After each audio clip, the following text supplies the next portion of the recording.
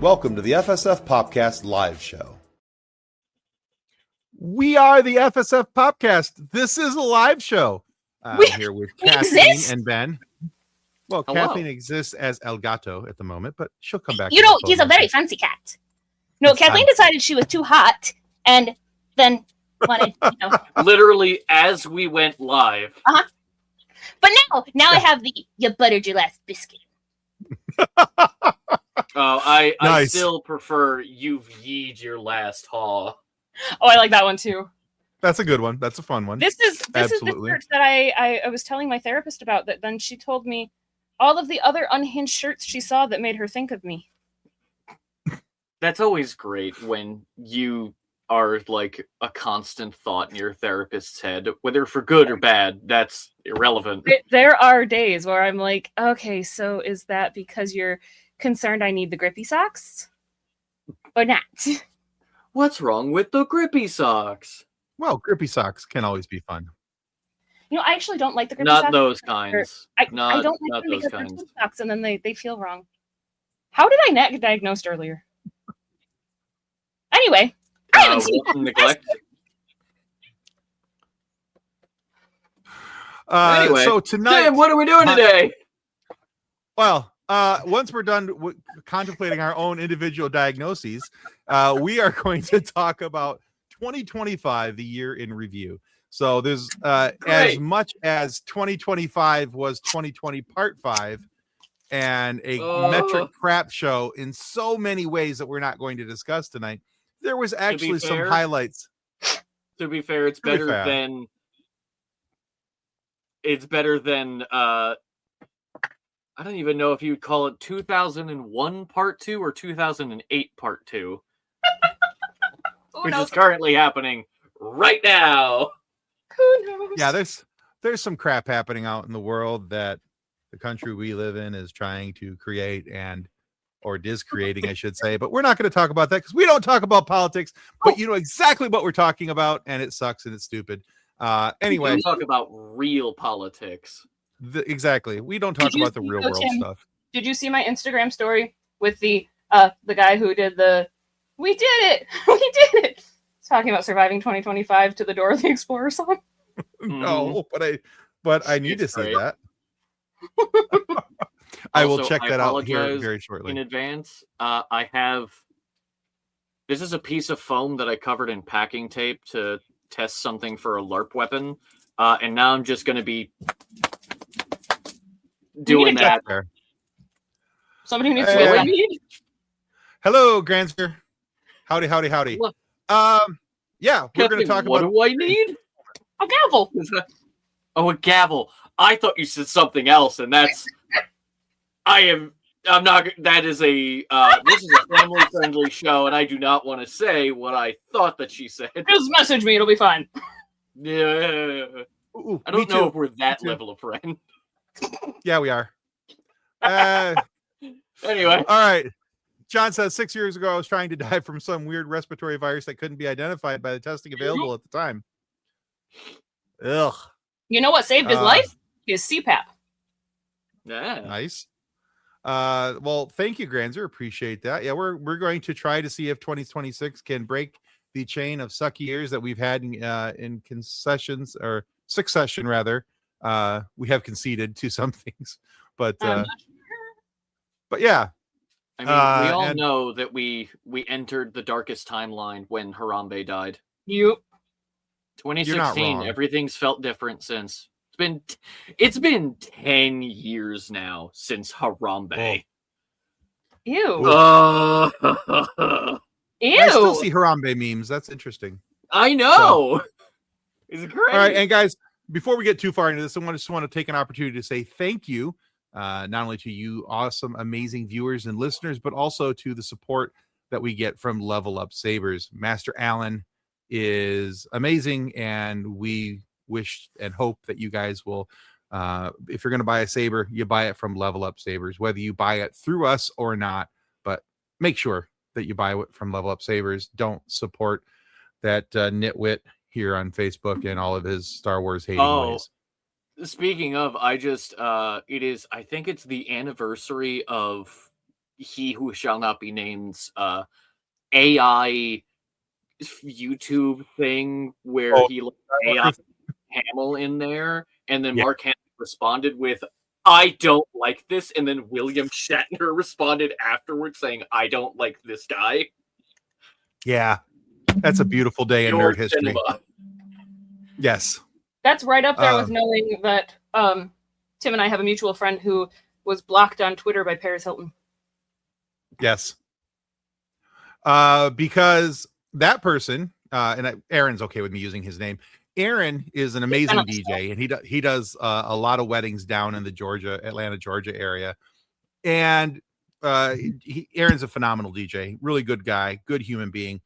And he may have commented on Paris Hilton's post about how she wasn't really a DJ when she was going through her DJ phase. And so she may have blocked him. And so every year on the anniversary of the blocking, he reposts it. And we all applaud his efforts and try to get blocked as well. So beautiful. Yeah. Oh, hey, thanks, Brandon. I'm glad you liked those episodes. Those were both a lot of fun for me. Robert McNeil, aka Tom Paris from Star Trek Voyager, and of course Cam Clark, the voice of Leonardo, and so many other great voices over the years. So if you guys haven't checked those out, check them out. But yeah, so in addition to Level Up Sabers, we have picked up a new show sponsor, a new partner, we like to call them, and that is Once Upon a Tea. Really cool company. I just ordered my first shirt through them. It's a Calvin and Hobbes inspired Luke on a tauntaun, and I cannot wait to get it. So I'm going to take this off the screen real quick, and I'm going to figure out how to best share the. While you're figuring that out, it has been consistently snowing out here in Alaska to the point where we got about 90 inches and expecting another 3 or so feet of snow. So far, I've seen 4 people skiing to work and multiple posts on Facebook from like our own local group. I've seen an AT-AT, I've seen a Wampa, and I've seen someone walking their tauntaun down the street in these posts, and it's hilarious. I need to see if I can find them. Back to the t-shirts. Nice. How do I uninstall anxiety? Oh gosh, I need to just send this to the therapist now. I love this. That one, I'm evil, but I have feelings. The brother tee here. Oh my god, I love this. The Mario Godfather shirt. Oh, that's great. Freaking love that. So the great thing is these shirts, every Monday you get a new batch of shirts, and it's never the same batch. They change every single week on Monday. Shirts are $16 a piece. You can get the entire collection, all 4 of those Mario shirts, for $60. And we have a discount code that we can give you that will get you a percentage off of your purchase. And here's from Avatar: The Last Airbender. Some different, it's really cool. It's really cool. And they've got a bunch of different stuff. Here's the Spider-Man Jim shirts, Venom Symbiote, Carnage Symbiote, Spider-Gwen's Fitness Verse, a lot of different things. There's your Teenage Mutant Ninja Turtles, cars, stickers that comes in, shirts, hoodies, phone cases, all kinds of different things that are kind of fun and things to check out. So we will include a note in the show notes after we post this about not only how you can get the discount, but I'll have a link there for you to be able to use and everything else. And the Spider-Man Jim shirt is pretty cool, John. That one and the Mario Godfather shirt are probably going to be my next couple purchases. And absolutely, Brandon, don't order from Hot Topic. Order from these guys. You'll get way cooler shirts at a better price. And so I got some links I'll send you, Brandon, on some cool shirts stuff that you can get. Kathleen It's not gonna Ben, come I up on just the watched screen. Robert McNeil interview yesterday. Do you follow his podcast, The Delta Flyers? I do. I don't. Him I and do Garrett not, Wang. but I didn't. Did you? I'm trying to remember. I watched the episode when it came out, but I have the memory of a gnat. Did you talk about his podcast? Just a little bit. I mean, because we were talking about Resident Alien, and we were talking about we talked about Star Trek Voyager, because he's a director and executive producer of Resident Alien. Yes. Okay, I do remember it. I don't know if I followed it. Yeah. Hang on. Let me look. And then Because I we might have talked a little followed bit. it in the moment, and then that was it. I need to. Yeah, and then we talked a little bit about Delta Flyers, because the podcast with him and Garrett Wang, and recently they've done some work with Terry Farrell and Armin Shimmerman, who's been a guest several times on our podcast here, and how they went through Yes, some of the I did DS9 follow it. episodes as well. So, but yeah, it's a really good podcast, and I strongly suggest it. Wow, excuse me. Whoa, that You all came right, out of nowhere. You No, I good? think I may have just blown out my spleen. Woo. Guys, As long I as you fell throw on your my back out spleen. sneezing, because that is the sign of being an old man. We're not going to talk about that. Yeah. Let's see. John was so proud of Kathleen today. She started explaining Warhammer 4K to my mom.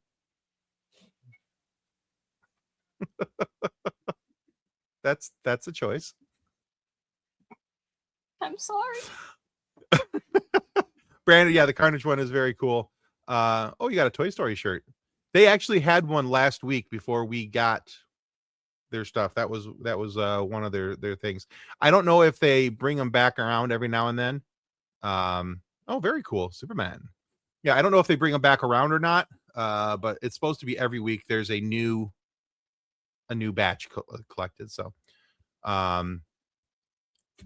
Granger says, if I may, are any of you fans of the Dead Like Me TV show? Robert I love McNeil the show. directed it. I'm trying to think what show do that not is. I don't know know of it. Mandy it's not- Patinkin. The main character, her name is George or Georgia. She gets hit by a chunk of flying space debris, which happens to be a toilet seat, and dies, and then becomes a Grim Reaper. A very The interesting premise alone plot. makes me want to watch. Oh, it's premise fantastic! alone I makes absolutely me love wanna that watch show. Oh, that's phenomenal. So yeah, Yeah. so then the leader of like the group of Grim Reapers that she ends up working with is Mandy Patinkin, Okay, now I have to watch it. and it is I love Mandy so Patinkin, so. fantastic. Okay. It might be on. Yeah. I don't know if it's currently on Amazon. It might be on Prime currently. I don't know. I'll have to look it up. But yeah, I know. It was one that my dad and I watched together. It sounds like it just has great quirky humor, and that alone is enough for me. So, yeah, very interesting and strange indeed. I'll take it. You know, the being killed by a space toilet seat is just Top level. Oh, I It's- thought you were saying Kathleen was interesting and strange. That both too. apply. Yeah, no, accurate in both directions. The bureaucracy of death in that show is hilarious. Now I want to watch it. Go watch it right now. Oh my gosh, it is so like- like I highly Just recommend it, and another I'm thing to add to the very, very long list of shows I need to watch. I'm gonna laugh so hard when Tim just Exactly. starts the group chat with the "Oh my gosh!" Jesse! Hello. Hey, Jesse. All right, guys, let's jump into it. Let's jump into the list for 2025. We're going to start off with best movie. So we'll start from the bottom in each one and work our way to the top of what we have on Oh, screen. So, boy. Kathleen, we'll start with you. Mhm. So, Okay, so what was your top movie for 2025? I'm gonna have to go with For Good. So the second half of Wicked. I kind of hate that they split it in Really? two. I hate that they split it in two. But First off, they split it in two because it's in two acts, and everyone knows the second act is unredeemable in every possible way. it really Like is. I've seen it in Broadway to the point where during intermission, waiting for Act 2, people just leave. They're like, we really saw the good part. Goodbye, everybody. Yeah. I can't comment on it because I haven't seen Wicked Part 1 because I don't Musical. really care for the Wizard of Oz, and this is all Wizard of Oz based. And I was just like, And you don't like it's musicals. Wizard of Oz, and I don't like musicals, so we got a whole lot of things going against it. And it was just like I didn't see the point of wasting my time just so that I could bitch about it later, basically. I That's need true. to get you into Epic the Musical because I think you would love it. Because Mhm. it's so cool. It's the Epic Odyssey, Musical. but as a musical. And it's not like... It's really great. Literally, the So- moment the Cyclops starts doing Cyclops things, you're just like... The musical! I have so I will a say, little though, while back. Go ahead, Kathleen. I guess I would have to go with that was my favorite theater experience, but that was also I was alone and it was beautiful because John took the kid to go see Zootopia 2. I went and saw Wicked, and the timing was beautiful and spectacular, and I got to sit in the movie all by myself and eat all of my own snacks. I mean, that was this is also a great experience. It really was. But then also, I mean, looking back at 2025 and being like, oh yeah, no, Superman and Fantastic Four. But I didn't see those in theaters. I didn't watch them until they were available for streaming. So I honestly kind of forgot they existed. But Fantastic Four was amazing. So You mean fantastic? no, Uh, amazing. I'm gonna say Superman because one, I didn't really watch too many movies this past year. Nothing really Okay. like grabbed me, but I had to watch Superman. I reluctantly watched Fantastic Four. It was still great, but in my opinion, especially after the hype died down, Fantastic Four was just kind of there. Mhm. Was Brave New World this year, or was that in 2024? I thought it Brave was New World 2025. was. Oh my god! I don't think so. Hang on, I need to look this up now. I'm like going through the list of movies of 2025 and trying to remember which ones I actually watched. Oh my god! It was 2025. I thought that. When did it come out? Was it Yeah. like May? It came out in like May. that? Was May? Yeah, I want to say it was a May or June release because it was right before the July 4th stuff. Time makes no sense. You blinked, Absolutely not. Ben. February That's what 14th. happened. It came out on Valentine's Day. February 14th. Oh, seriously, it It's came been out in February? I was 3 almost months a off. year Okay. ago. That's why I can't remember it. So Even I- then, as much as I did. And Thunderbolts too. I still Was have not watched Was Thunderbolts. Thunderbolts? Hang on. Thunderbolts was also a Thunderbolts 2025 movie. year. Yeah. God damn it. So what? To be Well, fair, I don't to be know. perfectly fair, I have not seen Thunderbolts yet, and I keep wanting to. Yeah, So same. live The action, only How Marvel to Train Your Dragon. movie- Oh, I haven't watched that yet Oh either. my god, that came out too? I refused to go see that one. My family went and saw it without me, and I got to stay home alone. No, it was genuinely. Oh wait, no, I good. didn't stay home alone. I had a friend over. Anyway, Ben, we're both running a little bit behind on some pop culture here. It's okay. It was How to Train Your Dragon was genuinely good because they kept to the source material, but definitely updated some of the jokes that you're just like, meh. But Yeah. still, hands down, it's got to be Superman. This is the first DC movie in like since the Dark Knight trilogy ended that I've been like, oh my god. You know, But- I do agree Thunderbolts was probably the best movie, though I have not actually seen it. The clips I've seen and the things people have said, it's literally the only Marvel movie that I wanted to see. Fantastic Four, Yeah. I had to see just because the first two Fantastic Four movies were fantastic with an asterisk. The reboot of the Fantastic Four, and I think 2014, that was just utter garbage. does not exist. And then I had to see a good Fantastic Four movie. And it was good. It just wasn't fantastic. Yeah. I liked Fantastic Four. I like what they did with Shia LaBeouf. I like, that they brought in her version of the Surfer. I thought that was really cool, and I liked a lot of the storyline. I like that Galactus wasn't a cloud. Where Johnny could like see himself in her reflection. Yeah. That was great. I absolutely love that version of Johnny Storm. Yeah. But I don't know. I liked it, but I didn't walk out of the theater going, "Oh my God, that was a great movie. I can't wait to watch that again." Yeah. Exactly.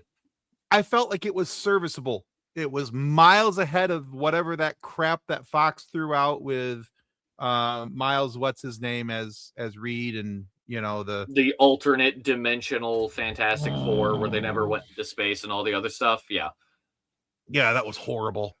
The 2015 Fantastic Four was like, I'm taking out the trash. Absolutely. Yeah. The first two Fantastic Four movies, they were good, especially for the time. Because we didn't have like the Marvel universe at that point. We had Chris Evans as Johnny X-Men. Storm. Yeah. But his best role still was in Wolverine and Deadpool, though. That was the best version. You guys are in so much trouble. Oh yeah. What the? That one was pretty great. It's funny is as much as I loved Fantastic Four, I actually, I still love Pedro Pascal. It could have been somebody else, and I would have been okay with that. I still would have preferred it to be somebody else. I love Pedro, Space Daddy, all the way. But if it had been John Krasinski, that would have been great. It could have been literally anyone, so long as they put in the effort. Mm-hmm. The thing that I did not like mainly about the Fantastic Four, and again, nothing against Pedro Pascal. He's great, wonderful actor. How he played it was amazing. Mm-hmm. That was not Reed Richards. Nope. I'm tired of seeing Pedro in everything, though. That's also fair. I did struggle with going from him being Joel in Last of Us to then being Reed Richards. I'm like, the Dadalorian, Joel, and then suddenly Reed Richards. I'm just like, the Pedro verse is getting a bit much. And he was in Wonder Woman 84, which his character was horrible. And we don't talk about the Wonder Woman movies. The first one, Avengers. The first one. Sorry, what? Yeah, that was great. Was Deadpool Wolverine this year? For 2025? No, that was 2024. That was 24. Yeah, okay.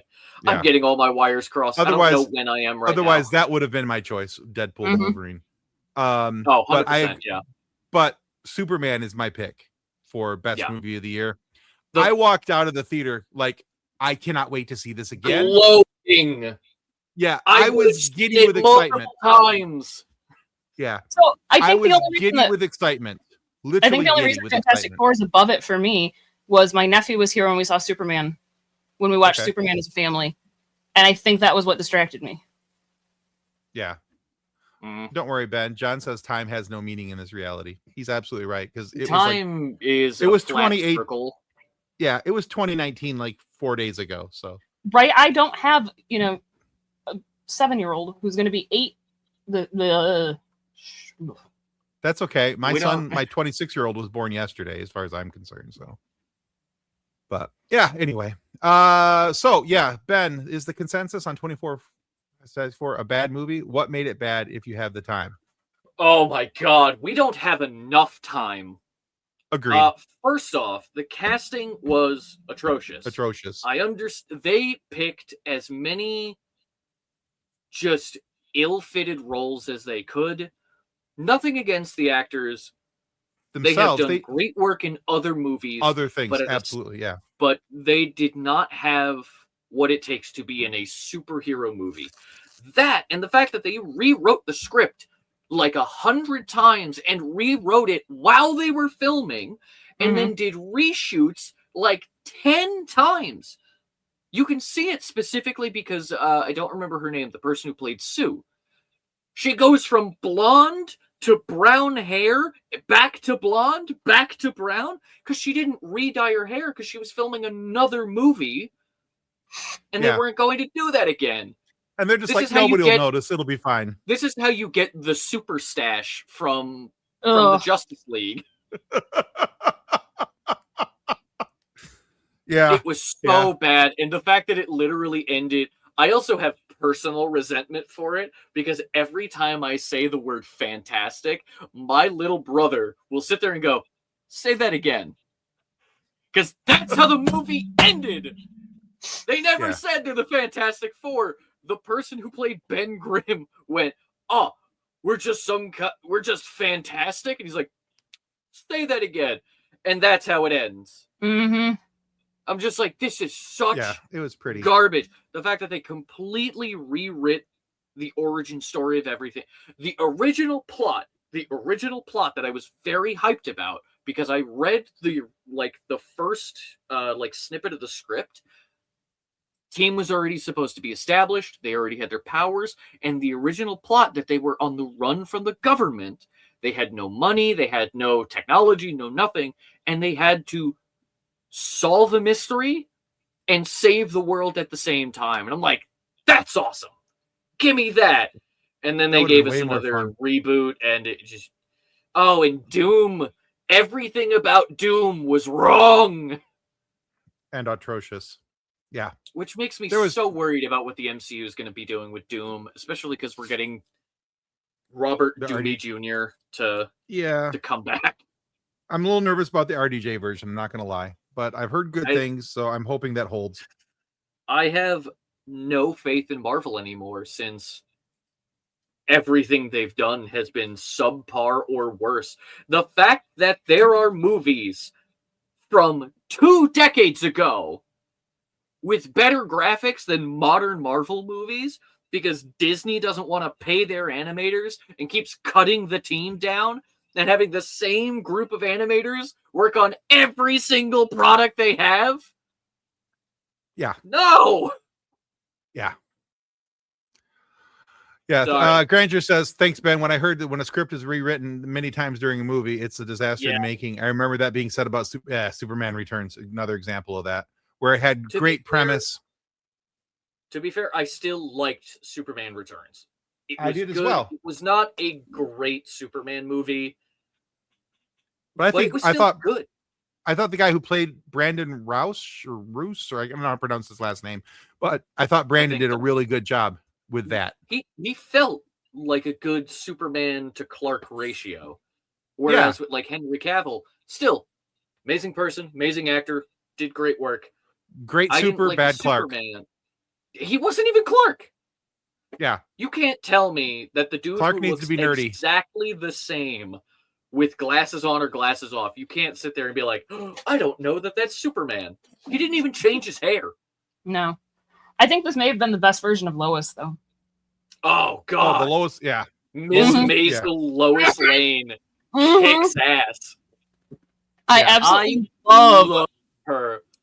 The dynamic between her and Mr. Terrific, which, by the way, Mr. Terrific.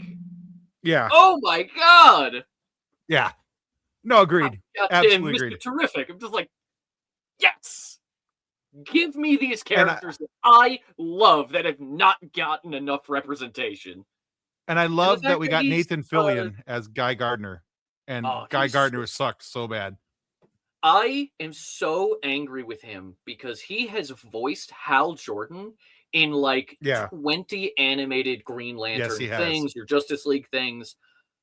But he also understands the character, and man, he did such a... Yes, I know. I know. Leave me alone. You want to know what grinds my gears? The desk. You want to know what grinds my gears? This is why I need this thing, because I could smack the desk without shaking my camera. I love Mr. Terrific in Justice League Unlimited. He was a great character. I started reading his comics as well. And every time he had a run, Brandon, they'd go for like a little bit and then they'd cut it off because they're like, no one's buying it. It's like, you're not buying it. People aren't buying it because you're not promoting it. If you want them to, if you promote it, they will come. See what I did there? But every time Mr. Terrific shows up, I'm just like, yes. Oh, he had an episode in. Oh, it's like the new Justice League animated cartoon, like the kids one, like the kids one.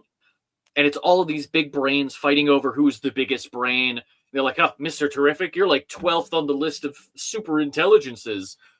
And they get to the end of it, and Mr. Terrific saves the day. And they're like, I don't know how you did this with being so low on the list. He's like, who do you think wrote the list?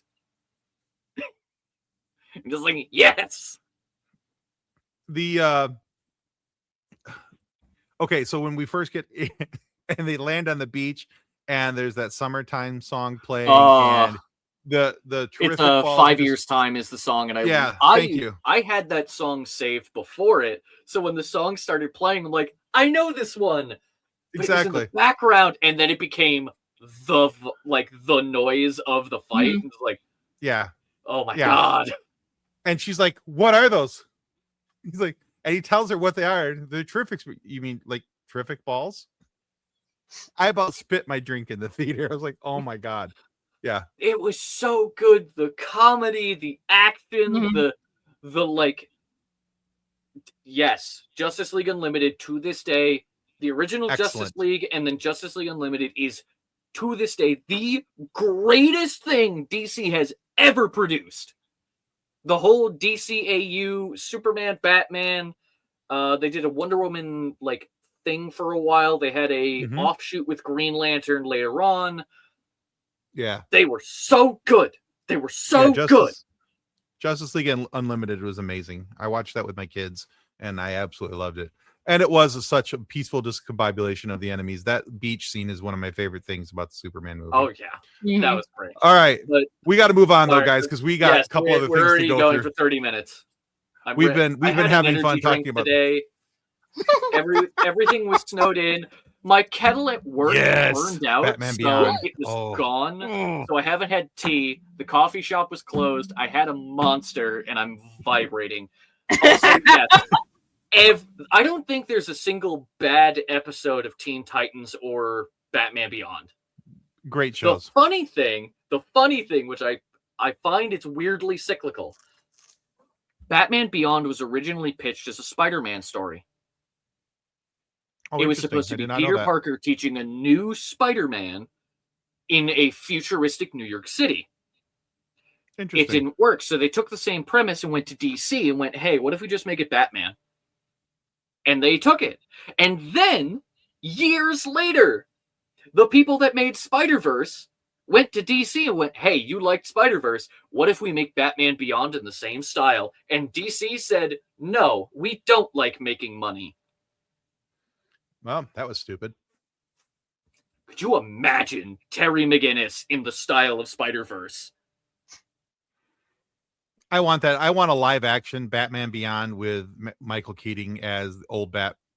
Old Bruce Wayne would be so nice. Yes. All right, could next. Sorry. All right, we'll go on. Anyway. Yeah. We could talk about that for, I think, a whole episode. Oh, God. Very easily. All right, so let's talk about best book. Is there a book from 2026 that you guys would like to recommend, Kathleen? Okay, so it didn't come out in 2025, but did you discover it in 2025? Let's put it that way. So I read the entire Throne of Glass series last year. Shut up, John. Get that off the screen. Now, honestly, get rid of it. I would take Amnesia so that I could reread Throne of Glass for the first time. Is that the Sarah J. Maas? Yeah. Sarah J. Maas, yeah. Yeah, so I know Mimi Sarah and Kendall would both agree with me that this is like there's something about that series though that like I wish I could experience it for the first time. Again, like I'm gesturing as it's literally right there. Oh, speaking of. It's right there. Right there. Let's see. This shelf is Court of Thorns and Roses, and this shelf is Throne of Glass, and I haven't bought Crescent City yet because I'm cheap. Fair enough. I And get those that. books are freaking huge. We've lost a Ben. We did. The Ben disappeared for a minute, but that's okay. They will come back. That's They because will. I was grabbing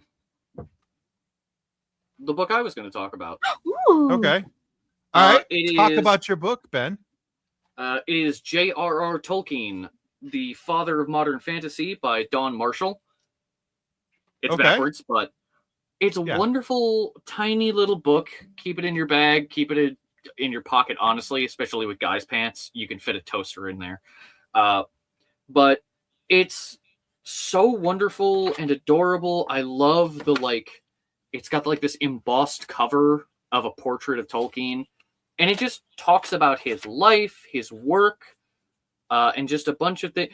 Did you know that Tolkien had a pet monkey when he was a kid? I did not. Now, Or the fact that he grew up in South Africa and was kidnapped for a day by a child who just wanted to show off the new baby. He was like a brand new baby, like a couple weeks old, and one of the neighborhood kids just went, "I'm going to show my uncle," and walked away with the baby. that's fantastic. I did not know but that. Mimi got me this for my birthday, and it's really great. It goes into his religious beliefs and how it kind of influenced literally everything he did, talking about his family. Like, both of his parents died before he was like 14. He was alone. Interesting. He had to raise his Okay. younger brother with like nothing. Nice. It's a very good book. I highly recommend it. It definitely has passages of The Lord of the Rings and other things he's worked on, just kind of scattered about. But for the most part, it's just about Tolkien. Okay. What about you two? Well, I'm bringing up an image of it right now because I can. So we actually had this person on our show here just a little bit ago, and it's the fourth time that they visited, and I have been just absolutely enamored with this book. So that would be from Joshua Pruitt, who Mhm. is wow, excuse me, so sorry. Joshua Pruitt, He great is- person, been on the show, what, like 10 times at this point? Only 4 this Yeah. time. Oh, you've earned a free book. Oh, hey, Simon & Schuster. Same people that Yeah. produced this. So Joshua Pruitt is one of the head writers for Phineas and Ferb. He's written a couple different books. He wrote a Avatar handbook. He's written brand new Phineas and Ferb comics. He has done a whole lot of stuff, and I have absolutely adored this book. It's got Josh has a great sense of humor, and it's very much on display in this book. I love the fact that A, it made me laugh. B, I learned something. We talked about this in the interview. I didn't recognize that there was a difference between Hercules and Heracles. Two different people. Right, but I didn't know that because anytime we talk about anything in Greek mythology, they just call him Hercules. They don't call, we don't talk about Heracles ever. So I never knew it was a thing. I've never really delved into Roman mythology. I think I've only ever kind of somewhat paid attention to Greek mythology. But it was just kind of cool for me that I learned that there was a difference between the two. I actually had to go and Google. I'm like, are they saying that wrong? Did Josh make up a new character? That was honestly my approach to it. And I learned something. And to me, that was kind of cool. And if you're like me and you prefer in an audiobook version, the audiobook is narrated by a whole cast of different people. Joe Sanfilippo narrates it and does the book, the voice of Eero. I can't recommend the audiobook enough. It is just so fantastically done.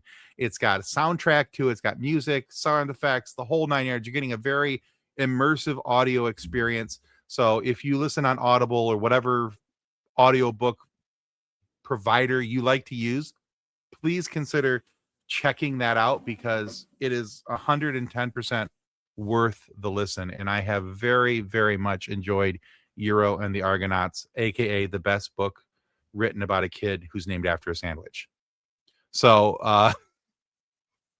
also, Mimi would like to jump in as well with the best book that she read of The Lighthouse at the Edge of the World by J.R. Dawson. Okay. And her only note about it was, it's purple. I think she's telling me to go find the book, but I don't know anything about it, so I can't help. It's a purple one. She's adorable. One of my brought their own copy. I love of the my wife Player's so Handbook. much. Nice. That All is right, true. so- We have a new D&D campaign, and our newbie player bought her own player handbook. Was it the 2024 version or the actual like D&D 50? The actual good one. Okay. We have standards. Nice. We don't talk about the new D&D expansion that is. No. So It could have just been either 5.5 or 6th edition. They could have just done that. So But they didn't. this group is really fun. So it's my husband's friend Luke, Luke's brother Greg, and then Greg's wife Lindsay, and me. And Lindsay and I are really good friends. And we had a girls' day, and we were talking about Stranger Things. And talking about Stranger Things led to talking about D&D. She mentioned she had never played D&D, and she's like, "Do you think John would GM a game for us?" Yes.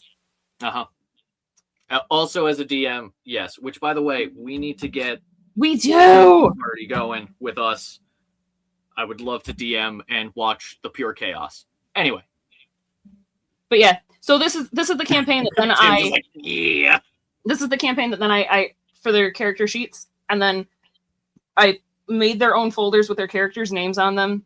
I used a evil robot overlord to make coloring pages of their characters.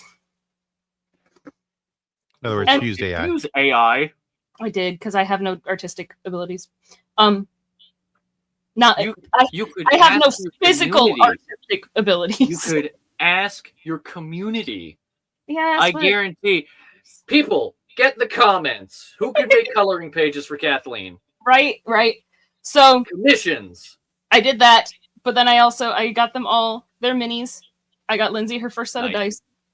And then in the gift bag with the envelope or with the folder with their character sheet and their dice, I put in a package of tissues that said crying as a free action.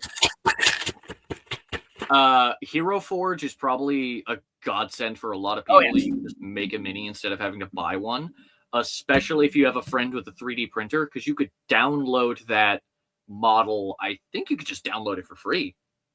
Either that or it's like cheap as hell. I'm not entirely sure. Pretty cheap. I don't remember. I don't think it's free, but it's pretty cheap.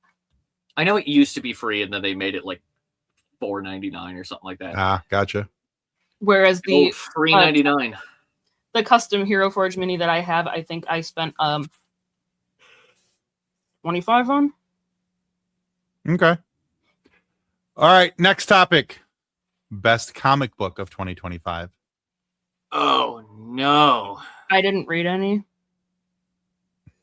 That's okay. I didn't read a ton. And the one that I would recommend is by a guy who's been a guest on our show before and will be again here shortly. He's going to sit down for an interview because in 2025, we're trying to spotlight more indie creators. So we're going to have Lloyd Cheatham Jr., the head of Cheat Designs, on, and he's got a new comic book coming out. And I've read it in 2025. It's coming out here shortly in 2026. But to me, this is the best comic of 2025 because that's when I first saw it. Was over the last couple months as he's been writing it, drawing it, inking it. He's done everything every step of the way on this comic, and it's really very cool. It's unique characters with unique power sets, and there's kind of some homage to some other things from other universes, and it's really very well done. And yeah, it's so if you're not following Lloyd on social media, look up Cheat Designs, art by Cheat, and I strongly recommend that. I can't recommend his stuff enough. I promote him on Facebook as often as I can because Lloyd is a cool dude. Met him at Monroe Comic-Con a couple years back, and we became good friends since then. So, but there's a couple other comics. Didn't he recently give you? Oh God, I'm trying to remember what it was. It's a couple. He gave you. So I think bought it was- one piece of art from him and he gave me another. So I bought because I've been looking at a Cad Bane he was doing, and That was he it. drew a really awesome Cad Bane. And then he gave me a Spawn with like a country and western Spawn, like a cowboy Spawn. It was really cool. So I don't have that out here with me, otherwise I'd hold it up and show it. It's in the house because I don't have walls up here quite yet. In the office, so but all that You want artwork to will show be them going up. your My super contamination. His garage. my decontamination chamber that is It He looks made like a greenhouse. He made a greenhouse for himself. it's a kill hell yeah, I room. did. Hell yeah, I did because it's cold on the other side of that plastic. It's warm on this side of the plastic, so Kill that was the most room. important. For Well, it is me, plastic. It does limit the splatter. So I'm probably gonna say, oh god, I have not read a lot of things. Oh, Die was great. Die was so good, but I read it several years ago as it was coming out. I read it as it was releasing. It was so good. Imagine D&D mixed, like proper D&D mixed with Stranger Things, but the upside down is the world that you get shunted into. nice. And they each had their own classes and powers and all this other stuff. Anyway, it's really great. But I think I'd have to go for 2025. Everything they're doing in the absolute universe with DC, it's been the whole premise of the absolute universe is take all of the characters that you know and love, Batman, Superman, Wonder Woman, Green Lantern. I'm trying to remember who else they've come out with. Either way, take these characters and remove one major aspect from their backstory and then send them back out. Like Absolute Batman has no money. He is not billionaire Bruce Wayne. He's It's a cool concept. Batman. With Wonder Woman, she was actually raised by Cersei. I did not read any of the Absolute Superman stuff, so I do not remember. But oh my god, Absolute Batman has been just terrifying in the best ways. Him fighting Bane, Wait a minute. him fighting Is that Killer Croc. Is that the That one with like the big beefy axe? Batman with a Okay. Lloyd Cheat Designs has an amazing picture that he hand drew of that. Like, oh my god. I'm gonna have to You message him real gotta quick. find it if you can. Oh, but like every time you're sitting there going, oh, he's just, really strong, which is great, but he's still regular human strength. He's just buff as hell. But then he's fighting people like Bane and Killer Croc, Absolute Killer Croc is terrifying. The man has like a regular face, and then the mouth continues halfway down the body, and he's like, That's let me terrifying. see. Hang on, I can pull it up.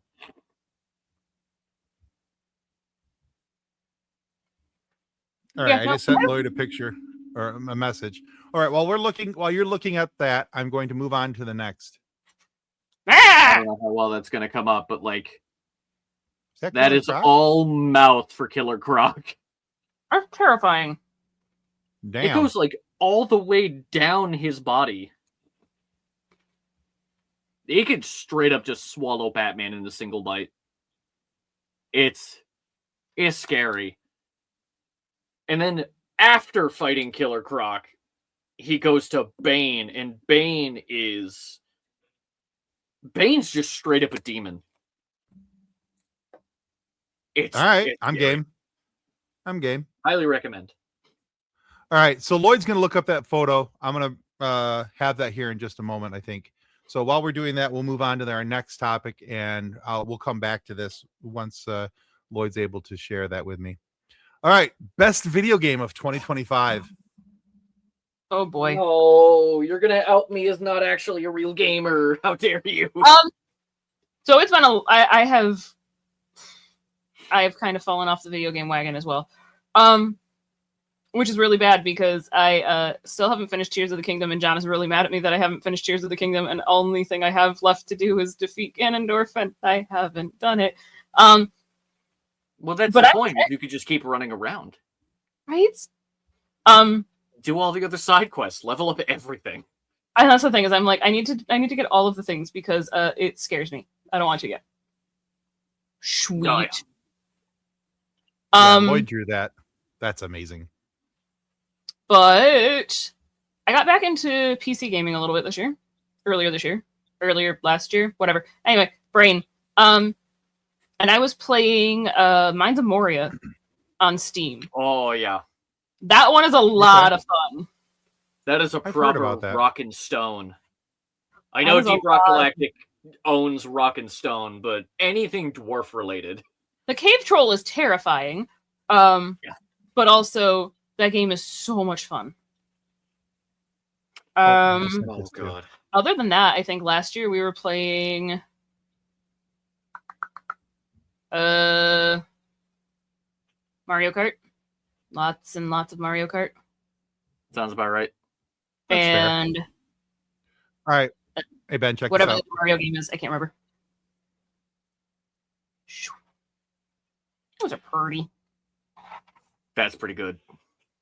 Yeah. That's so Lloyd is an amazing artist, and I am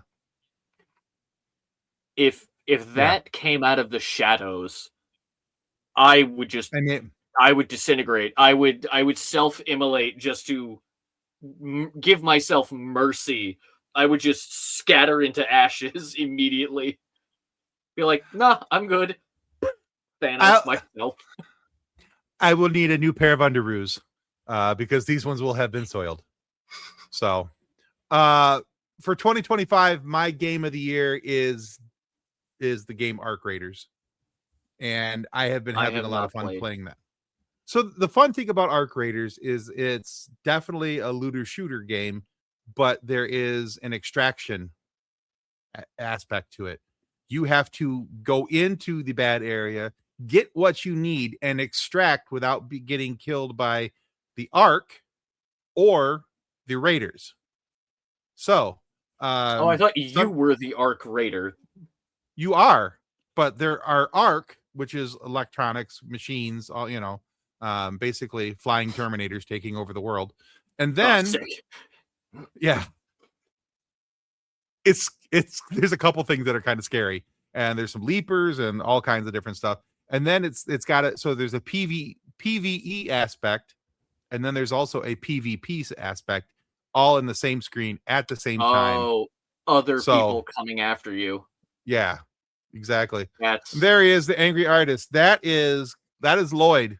Lloyd, we were just talking about this amazing piece of work right here, and I was telling everybody how cool your stuff is. And we're going to be sitting down interviewing Lloyd here in about a week or two. I got to look at the exact date. I think it's the 15th. I'm sitting down with him.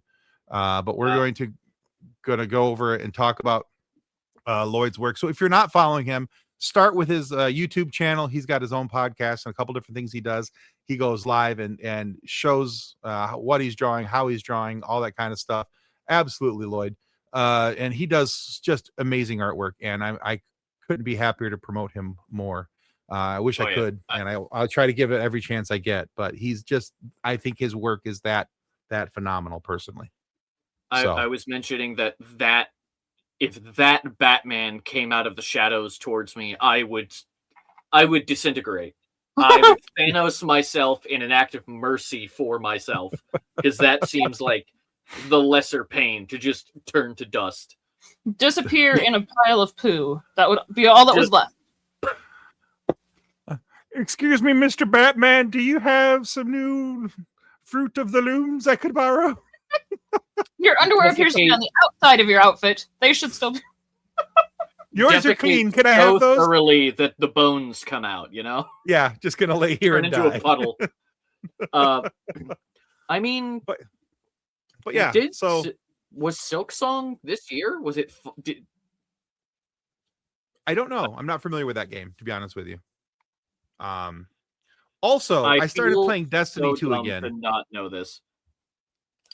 I Yes, started it playing was this Destiny 2 again because Renegades is Star Wars, as far as I'm concerned. That is literally the only reason I'm playing it, and it's not even that fun. It's fine, it's good, but it feels like I'm playing a better version of Battlefront 2. But then everything else, Destiny, has been dead. They killed it with the portal system.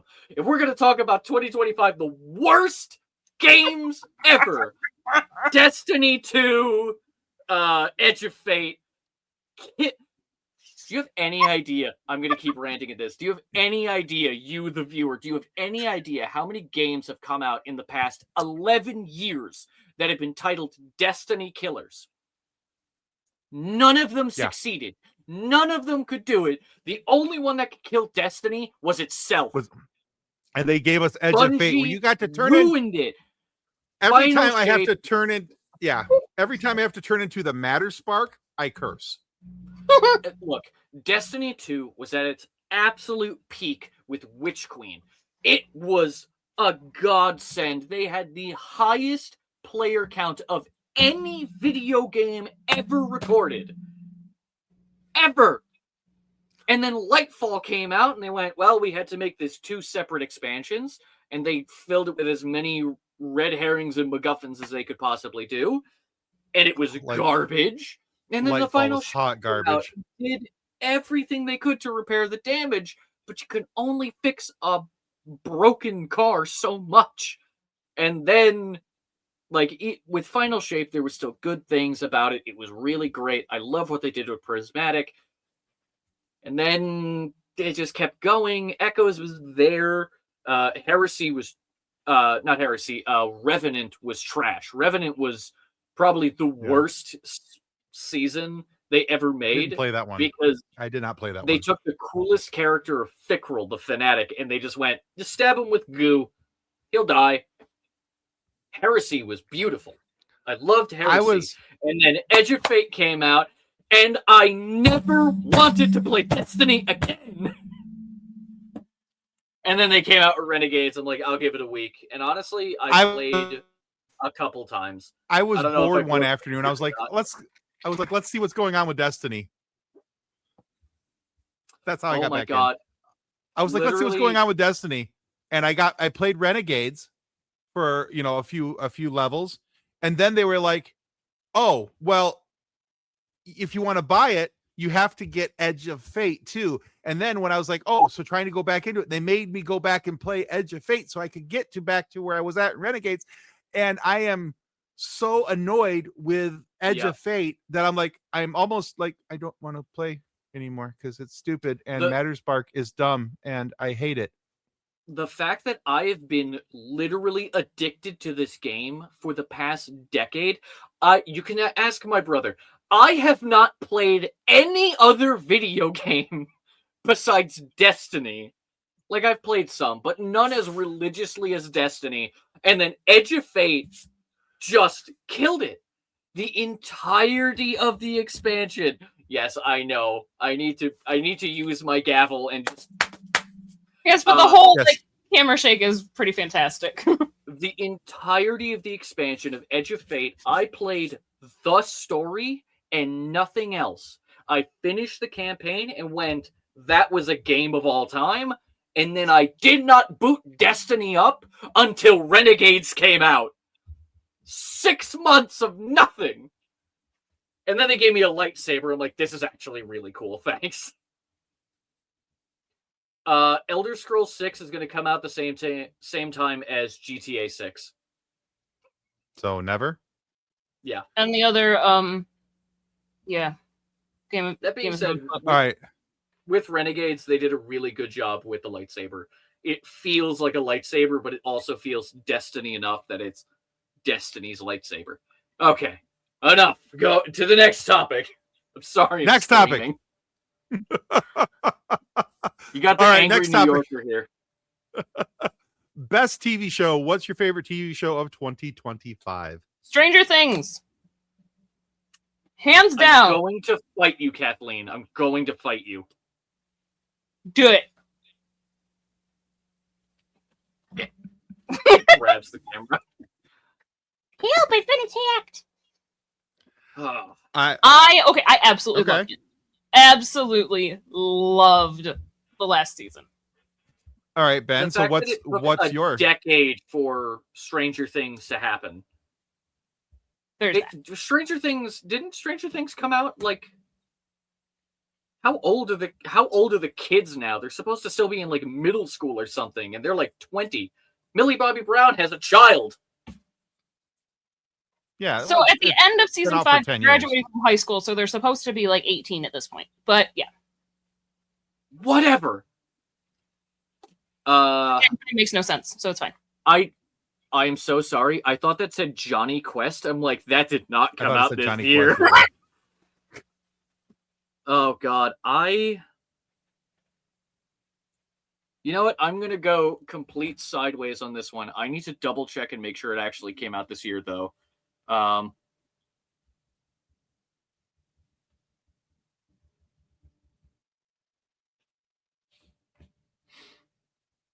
it. There are a lot of things about 2024. Never mind. You know what? No, it's what we've watched in 2025. Yeah. Dungeon Meshi and or Delicious in Dungeon, depending on how you want to say it. That is such a good anime. I have made the recipes in that show, and it's so good. It's got heart. It's got meaning. It's literally a D&D party, but what if they were always hungry? It's literally, you're playing Imagine this. You're playing D&D, but you're at your friend's house who is also the dungeon master and a chef. And they have the best food when you play. It's great. I highly recommend it. It's honestly a very wholesome and very funny, but also at moments can be a very serious show. And all the recipes, you could just swap them out for actual foods, and it comes out really well. I love imagine a D&D party that's always hungry, and I'm like... A D&D party, yeah, standard. Oh, that's the other thing. With the current D&D group that I'm part of, we are actually looking at doing a full Heroes Feast. Yes. I'm so freaking excited. As much as I love Laios, Senshi is my boy. Him just... When they were cooking the Mimic... I love how they did mimics in this universe, too. They aren't like the gelatinous blobs that could shapeshift. Mimics are like crustaceans. It's like a hermit crab. And I thought that was really interesting. I've never seen mimics as like a hermit crab type situation before. That's but him sitting there just stone still as the crab is boiling. I'm just like, yes, that's my boy. And his obsession with bread.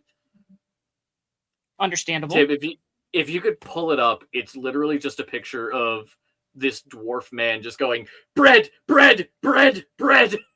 I love that. Oh, goodness. Huh. Tim's like looking for it. Tim is also lagging over there. I'm apparently lagging like crazy, so...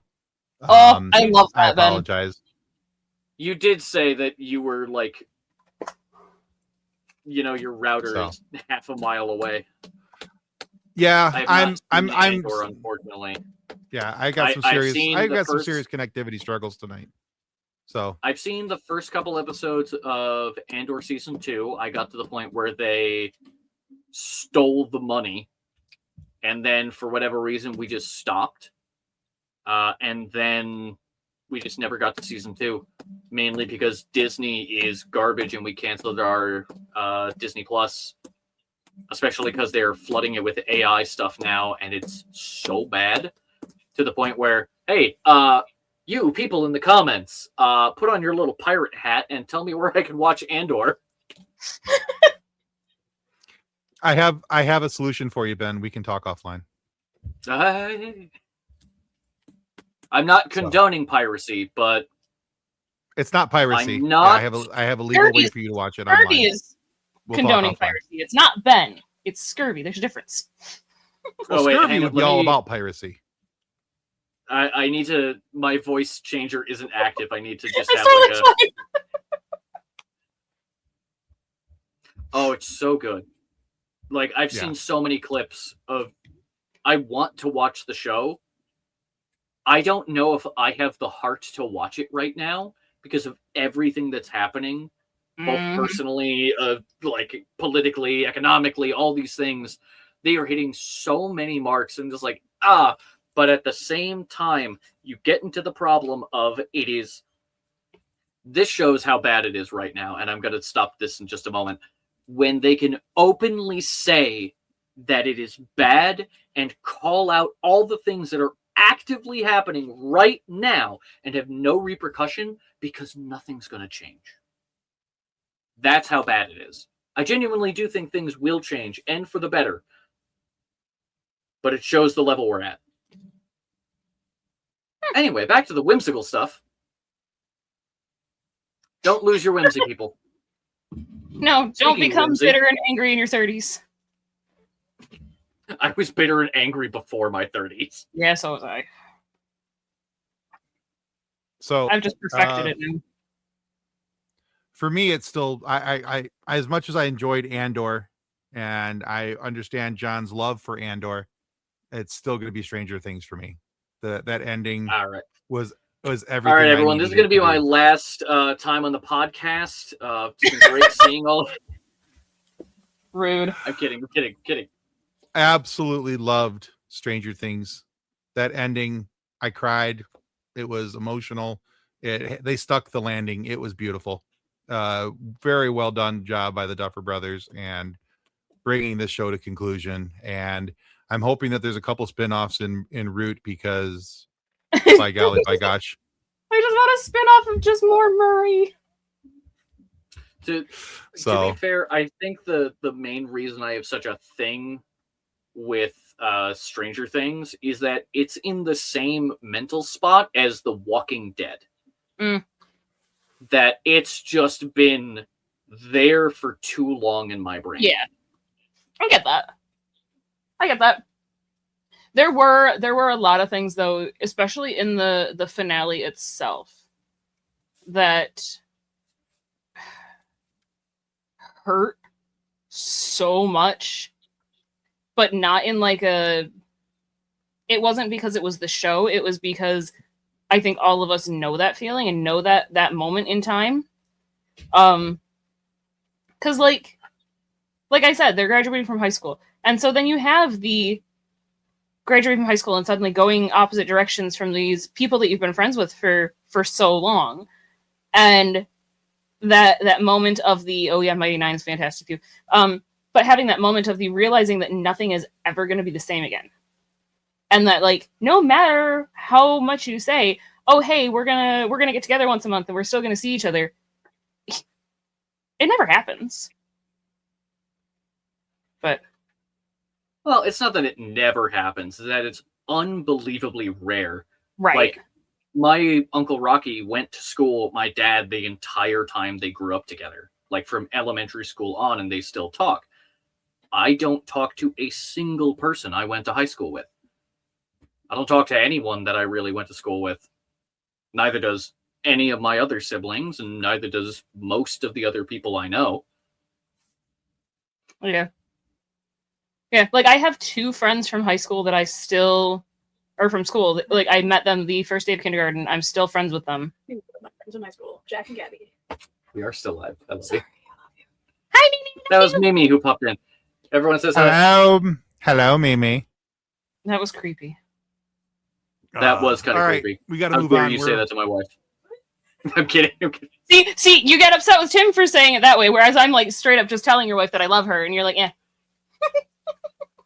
Best music or band? Me. Best music or band. It doesn't have to be a band that came out in 2025. Perhaps one that you discovered in 2025. Hang on. Let me see if I can. Let me see if I can do this. Hang on. Raised by Wolves says Mimi, hi, other mother. Twinkle, twinkle, little star. There you go. So things music I discovered in 2025. There's this. I will. That I. Oh, sorry. Go ahead. Sorry. There's this person I discovered on TikTok. His name is Kill Carl. What did Carl do?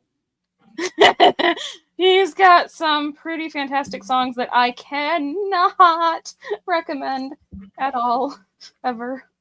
But That's they make always me a great happy. way to lead into the. There's some I curious. can't recommend. Yeah, that's always a good way to start. So let's see. I'm sorry. I'm going through my That- like songs on Spotify. Currently. That's like me trying to recommend like streamers to watch.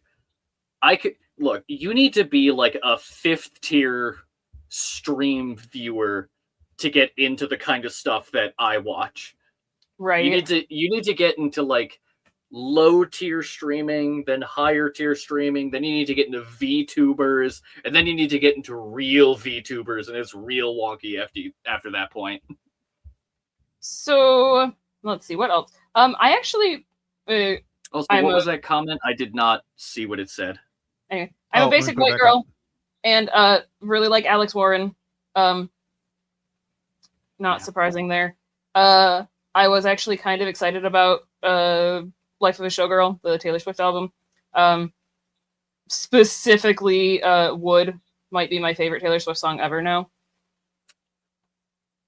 All right, so this is going to be my last show for real this time because we're talking about Taylor Swift again. Okay, but the only reason that song is my favorite is because of what she wrote it about, and it's hilarious. Okay. Anyway, it's about Travis Kelce. Okay.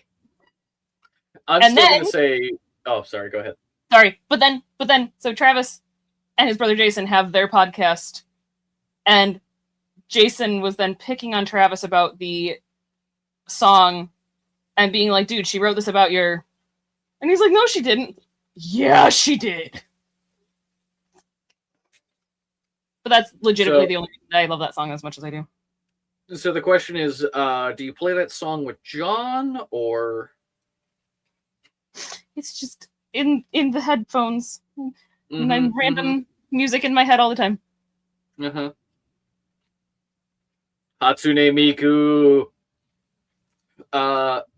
I'm still going to say my favorite band and favorite everything is Twerp. TWRP. They do a lot of music just all over the place. Imagine like 80s synth, but like it's always happy. And they came out with, I think, 2 albums this year. I need to double check. I actually don't remember now, and now I feel bad. Talk about a fake fan. There's also another one on TikTok that I discovered. It's Aran Kai. I like him a lot too. Yeah, The Longest Weekend by Twerp, or TWRP. It is so good. My favorite ones off that track are My Big Day Off, Day Trip, and my absolute favorite is Critters, because it just talks about cool bugs. I love it. For me, it's the band Zilch. I found them on TikTok this year. We're going to be interviewing them soon. They're part of the neo grunge movement. They're doing it's like, and I said this before on one of our podcasts, and they actually took this bit, put and used it for their social media, where I said this is what Nirvana would have sounded like if Kurt Cobain could sing. Oof, like that. It's Jeez. really, and I'm a huge Nirvana fan, so take that for what you will, but it's so just fundamentally sound grunge music. It's got the hard riff chords, and it's got this growl to it, and it brings me back to, my old man high school days when grunge was fresh and new. And anyway, yeah, it's just really used to fun, ride and Brontosauruses into school every day. yeah, it's very strongly I'm recommended. sorry. John sorry. says, Oh yeah, Cole R. McGinnis. McGinnis. Oh yeah. Space Shanty material. He does oh god. He does the Song of Durin, but in Dwarven. Yes, It's but in Dwarven. Grant, powerful. hey Ben, look at this from Grandeur. This energy is from brought to you by the White Monster. I normally have energy, but not nearly this much. My tea kettle broke at work, so I usually go to the coffee shop if I don't want tea. And the coffee shop is closed because there's like 10 feet of snow. So I got the Monster. But the energy is there when it needs to be. If you don't have the energy all the time, that's fine. Trying to be a perpetual energy machine literally is impossible. The things you're passionate about, show that you're passionate about it. The things you're not, you can be there, but if you genuinely like something, tell people. If they don't like the energy you're giving, that's their problem. Right, Tim? There we go. Mhm. Absolutely. This is your problem. Mr. Crowley. Oh, yeah, exactly. Ozzy. Yeah.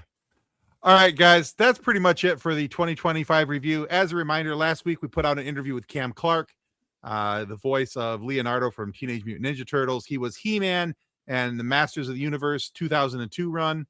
And he's been on the Tick. He's been with so many absolutely amazing things. And that was very much a bucket list interview for me to be able to sit down with Cam Clark and talk with the voice of Leonardo, my favorite turtle. So that was really very cool for me. And then this week we have the interview posted with Carrie Francis. She's from the Knives Out movie and also Wake Up Dead Man, the Knives Out mystery. She's in both movies, and she is the queen of law stuff. So if you haven't, if you recognize that, you'll know exactly what I'm talking about. If you don't, go watch Knives Out and you'll see why she's the queen of law stuff. Unlimited energy is only impossible with the wrong mindset. Well, there's also that. It was a fun show. Yes. I don't want to be mean about it, but oh god, we're rolling for initiative. God damn it. Okay. Hang on. I need my dice. Where are they? Oh, they're right here. Yeah. But that's all, folks. That's all we got for tonight. We're a few minutes over time, and I haven't rolled, but I'm going to say I got a 1. All right. I'm pretty sure I've been just beaten and I for got what 4. my internet's doing. I'm pretty sure I got a 1 just for the way my internet's going tonight. Oh, I'm sure. So, by the way, did anybody notice the googly eyes? I did. I did notice the googly eyes. Yes. So Very well done. I now have a sound dampening curtain over my bedroom door, Oh. so I don't Nice. hear as much of the howling of the cat during the show. My cat gets very, Okay. very upset if I'm inside my bedroom without him, and he cries. Yeah. And it has been loud enough that Granzer, it's picked up on the mic before. yeah, Cam Clark is the voice of He-Man in that reboot. So, but yeah, thanks, Brandon. Appreciate you coming here tonight, guys, and thanks to everybody for watching and or listening to this mess of internet struggle Just this mess. that I'm having. Just a mess. Yeah, well, Nothing else. We could probably just leave it at this mess, but on behalf of Ben and Kathleen, thank you so much for listening and or watching, and we will catch you next time. May the force continue to be with you as you live long and prosper. Goodbye. Copyright 2025 FSF PopCast. Reference any specific product or entity mentioned on this podcast does not constitute an endorsement or recommendation by FSF PopCast. The views expressed by guests are their own, and their appearance on the program does not imply an endorsement of them or any entity they represent. If you have any questions about this disclaimer, please contact us via email at info@fsfpopcast.com.